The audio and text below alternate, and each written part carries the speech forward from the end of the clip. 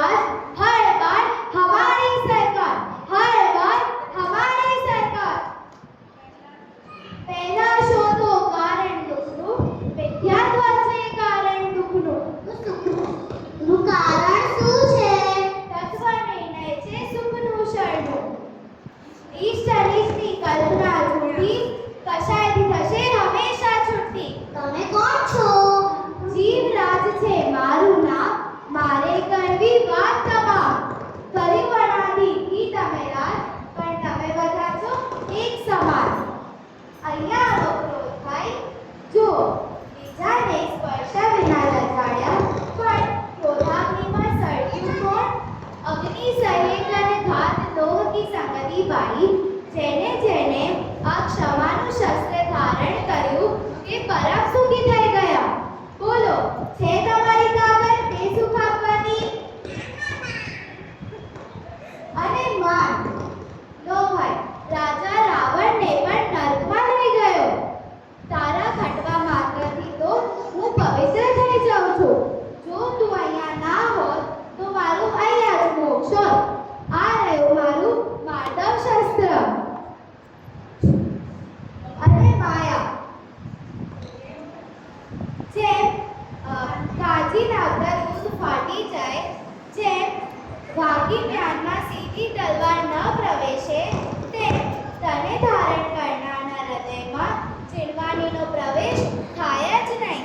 અને તારી સંગતિ કરે તો જાય નિર્યંચમાં દંડા ખાવા.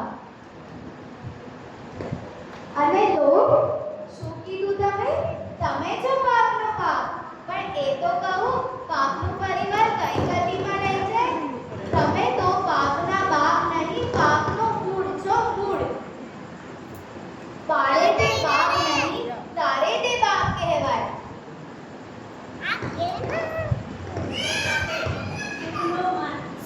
સુખનો માર્ગ તત્વ અભ્યાસથી જૈન ધર્મ એ જીવન જીવવાની કલા છે. યોગ્ય ગુરુના શરણે જઈ પોતાના આત્માનું શરણ લેવું તે જ દુઃખથી છૂટવાનો ઉપાય છે.